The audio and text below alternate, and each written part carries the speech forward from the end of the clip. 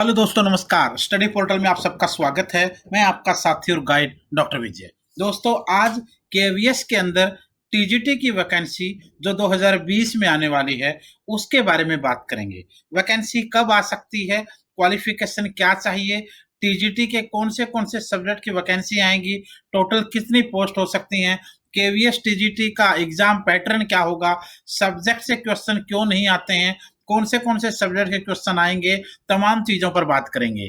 दोस्तों, केवीएस भारत का सबसे बड़ा स्कूल चयन सिस्टम है। एक अच्छी खासी सैलरी, बहुत सारी सुविधाएं, और भारत के अंदर अगर कोई स्कूल लेवल पर टीचर बनना चाहता है तो उसका पहला टारगेट केवीएस होता है। केवीएस के अंदर PRT, TGT, PGT, principal, vice principal और उसके साथ नॉन टीचिंग काफी सारी वैकेंसीज आती हैं। 2018 के अंदर जब वैकेंसी आई थी तो उसमें बहुत सारे बच्चों ने, हमारे भी 157 बच्चों ने इंटरव्यू फेस सभी लेवल पर वहां किया था। और अब 2020 के अंदर जो वैकेंसीज की पूरी खबरें आ रही हैं, उस वैकेंसीज के आधार पर भी हम कोशिश करेंगे ज्यादा से ज्यादा बच्चों तक सिलेक्शन तक पहुंचाया जाए, चाहे वो ऑनलाइन क्लास हो, चाहे वो बाद में ऑफलाइन क्लास हो, चाहे वो स्टडी मटेरियल हो, चाहे वो यूट्यूब के थ्रू मटेरियल हो या यूट्यूब के थ्रू क्लासेज हो, तमाम चीजें हमारी यहाँ बनी रहेंगी। तो आइए जानते हैं केवीएस टीजीटी के बारे में तमाम चीजें। अगर आप KVS, DSSB, NVS, CTET, UPTET, super TET, MPTET या ऑल इंडिया में किसी टीचिंग एग्जाम की तैयारी कर रहे हैं तो आप इस नंबर पर कॉल करके या व्हाट्सएप पे मैसेज करके ऑल ओवर इंडिया में स्टडी मटेरियल मंगवा सकते हैं। बाई कोरियर आपको आपके घर तक मिलता है। उसके बाद अगली बात हम डिस्कस करते हैं कि अगर आप लोग किसी भी टीचिंग एग्जाम की तैयारी करते हैं तो आपको सिर्फ अपना नाम और अपना सिटी, ये दोनों चीजें इस नंबर पर सेंड करनी है। अगर आप सिर्फ केवीएस की तैयारी के लिए वेट कर रहे हैं तो फिर तो आपको अपना नाम और सिटी दोनों व्हाट्सएप करना है। और अगर आप सीटेट, डीएसएसबी, एनवीएस, यूपीटेट या किसी और एग्जाम की तैयारी में हैं तो फिर आप लोग इसके साथ साथ सिर्फ आपको नाम और सिटी के साथ आपको अपना एग्जाम का नाम भी हमें व्हाट्सएप करना है। क्योंकि ये इसलिए जरूरी है, आमतौर पर बहुत से बच्चे सिर्फ नाम और सिटी भेज देते हैं, फिर हमें पूछना पड़ता है बेटा आपका एग्जाम कौन सा है। हर बच्चे को, हर एग्जाम वाले बच्चों को अलग अलग ब्रॉडकास्ट में रखा जाता है। क्योंकि अगर सीटेट के हैं तो आपको सीटेट की ही वीडियोज भेजी जाए, अगर आप केवीएस के हैं तो आपको केवीएस की इंफॉर्मेशन ही दी जाए। इस वजह से हम चाहते हैं कि वो बच्चे अपने नाम, अपने सिटी और अपना एग्जाम का नाम भी साथ में सेंड करते हैं।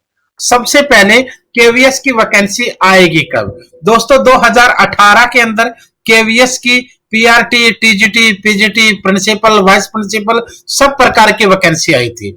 19 में उम्मीद थी आएगी, बट नहीं आया।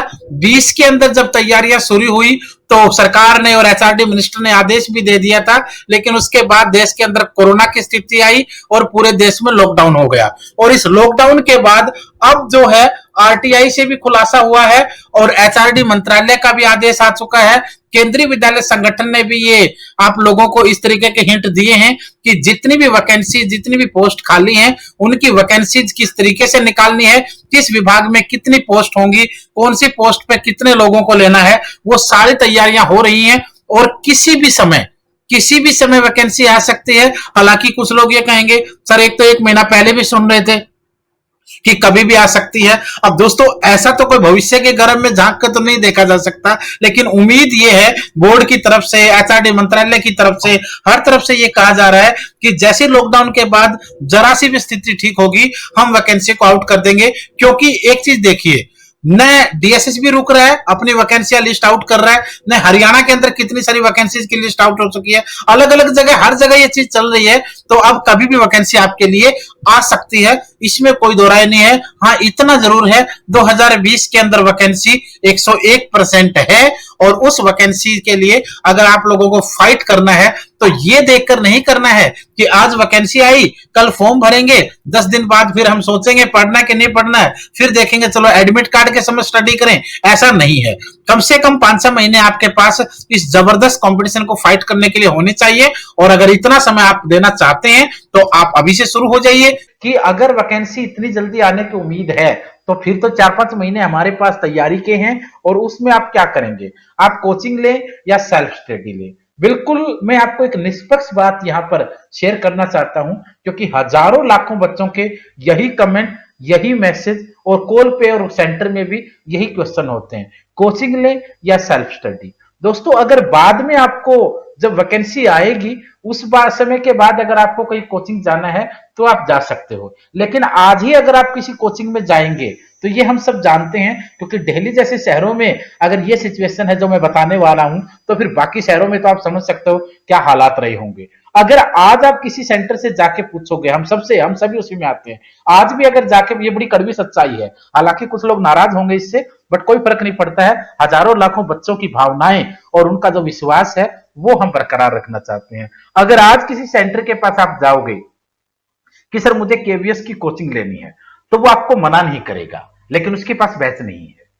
वो आपको क्या करेंगे, वो आपको कहेंगे ठीक है आप इस एग्जाम, ये टीचिंग वाले बच्चे हैं इनके साथ आप बैठ जाइए, आपको सीटेट में बैठा देंगे, आपको डीएसएसबी वालों के साथ बैठा देंगे, आपको यूपी टेट वालों के साथ बैठा देंगे, आपको राजस्थान टेट वालों के साथ बैठा देंगे। अलग अलग शहरों में अलग अलग सिचुएशंस है, आपको मना नहीं करेंगे, लेकिन उनके पास केवीएस का कोई प्रॉपर बैच नहीं है। वो बोलेंगे पहले आप इस बैच में बैठ जाइए, सिलेबस आज का सेम है, कोई दिक्कत नहीं है, जब केवीएस आएगा तो आपको केवीएस के बैच में शिफ्ट कर देंगे। दोस्तों ऐसा नहीं होता है, ऐसा इसलिए नहीं होता है क्योंकि कब आएगा, क्या आएगा, कब आपको शिफ्ट करेंगे, कौन सा सिलेबस आप पढ़ रहे हैं, कितनी चीजें पढ़ के अलग अलग एंगल में आप लोग कितने डिप्रेस हो जाएंगे, ये हम सब जानते हैं। तो इसलिए अगर आप आज चाहते हैं तो आज कहीं मत जाइए, क्योंकि सारी चीजें आप लोगों को हम ऑनलाइन भी दे रहे हैं, ऑफलाइन तो चलो देते देते, वो तो एक अलग बात है।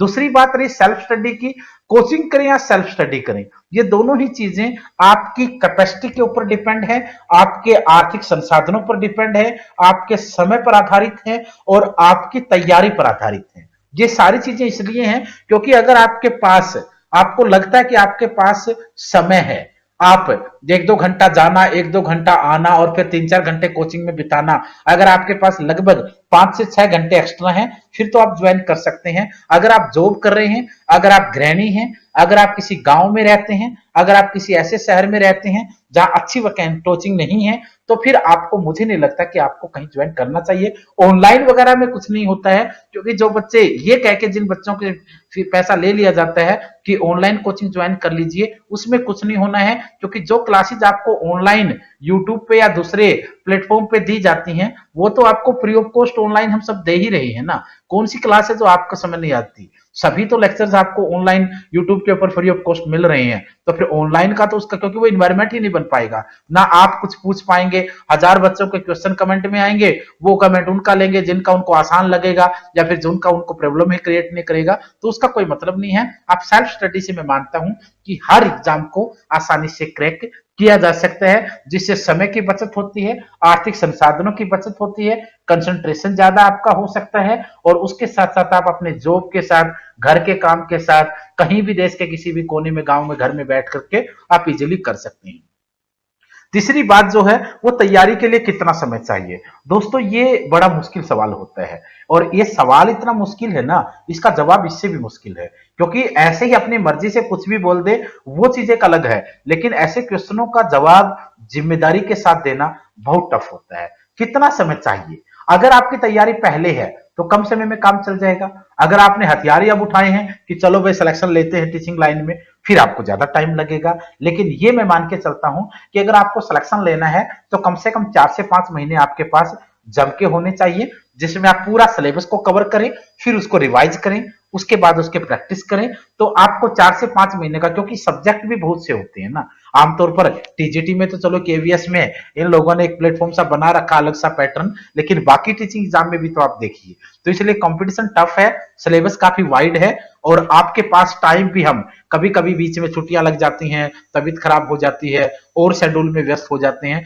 तो हर 5-7 दिन के बाद एक दिन ऐसा हमारा आता है जब हम तैयारी नहीं कर पाते हैं। तो इसलिए अगर उन दिन को काट लेते हैं तो कम से कम 4-5 महीने आपके पास होना चाहिए। अब रही बात टोटल मार्क्स की, जो टीजीटी का केवीएस का पेपर आता है वो आपका 150 नंबर का आता है, 150 मार्क्स का, और ये 150 नंबर का जो पेपर होता है इसमें 150 ही क्वेश्चन होते हैं, यानी टोटल क्वेश्चन जो होंगे वो भी 150 ही होंगे। और इसमें जो समय लगेगा या एग्जाम का जो समय आपको दिया जाएगा एग्जाम हॉल में, एग्जामिनेशन हॉल में, वो भी आपका 150 मिनट ही होगा, यानी 150 मिनट्स होगा। यानी 150 क्वेश्चन होंगे, 150 नंबर के होंगे और 150 मिनट में आपको उनको सोल्व करना होगा। ये तो आपके लिए एग्जाम का जो आपको बिल्कुल प्रीफिक्स से जो आपको जरूरत पड़ती है वो चीजें तो ये हैं। उसके बाद अगर आप देखेंगे केवीएस के अंदर टीजीटी पेपर का एक स्पेशल फॉर्मेट होता है, जैसे पीआरटी और पीजीटी में होता है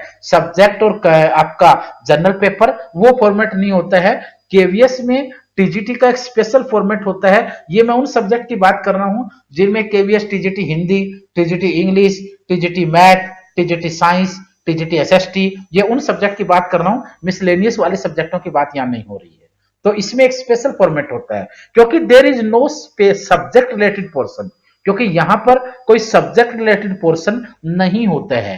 केवीएस अपने टीजीटी के एग्जाम में सब्जेक्ट से क्वेश्चन नहीं पूछता है, ये आपको याद रखना पड़ेगा, बल्कि एनवीएस पूछता है। एनवीएस पूछता है, डीएसएस भी पूछता है, सीटेट पूछता है, एसटेट पूछता है, यूपी टेट में होते हैं, सुपर टेट में होते हैं, हर जगह होते हैं। लेकिन आपको केवीएस टीजीटी में सब्जेक्ट वाला पोर्शन नहीं मिलेगा। अब देखिए किसको फायदा और किसको नुकसान होगा वो भी डिस्कस करेंगे। एग्जाम के पैटर्न की बात करेंगे तो केवीएस के टीजीटी का जो एग्जाम पैटर्न होता है वो 5 हिस्सों में बटा होता है। 150 क्वेश्चन मैंने आपको पहले बताया, 6 हिस्सों में, सॉरी 6 हिस्सों में बटा होता है। और उसमें 150 क्वेश्चन में हिंदी के आपके 10 क्वेश्चन आते हैं, इंग्लिश के आपके 10 क्वेश्चन आते हैं, कंप्यूटर के जनरल कंप्यूटर वाले भी 10 क्वेश्चन होते हैं। रीजनिंग की बात करेंगे तो 40 क्वेश्चन मिलेंगे। और अगर आप जीके और करंट अफेयर की बात करेंगे तो भी 40 क्वेश्चन होंगे। और अगर चाइल्ड डेवलपमेंट पेडागोजी की देखेंगे तो भी 40 क्वेश्चन होंगे। अगर इन सारे पोर्शनों को देखते हैं तो 10, 20 और 10, 30 और 40 और 40 और 40, 120, 120 और 30 आपका 150 क्वेश्चन हुए। तो ये आपके टोटल 150 जो क्वेश्चन है वो आपका केवीएस का टीजीटी का पोर्शन होता है। हिंदी के अंदर जनरल ग्रामेटिकल पोर्शन आते हैं जो हम हर रोज शाम को 8 बजे आपको 8 PM पर मंडे टू फ्राइडे हर रोज हम करवाते हैं। इंग्लिश की जनरल ग्रामर होती है जो हम शुरू करने वाले हैं।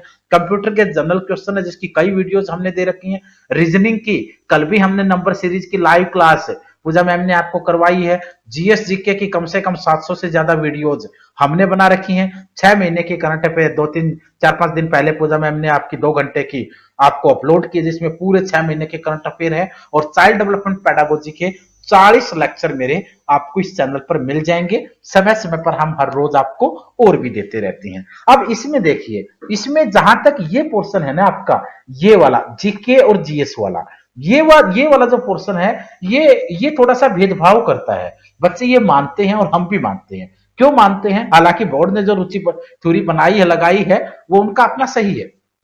लेकिन इस जीएस जीके वाले पोर्शन में क्या होता है, जो मैथ वाले बच्चे हैं टीजीटी में, जो साइंस वाले हैं, जो हिंदी वाले हैं, जो इंग्लिश वाले हैं, उनको तो यहां समस्या आती है।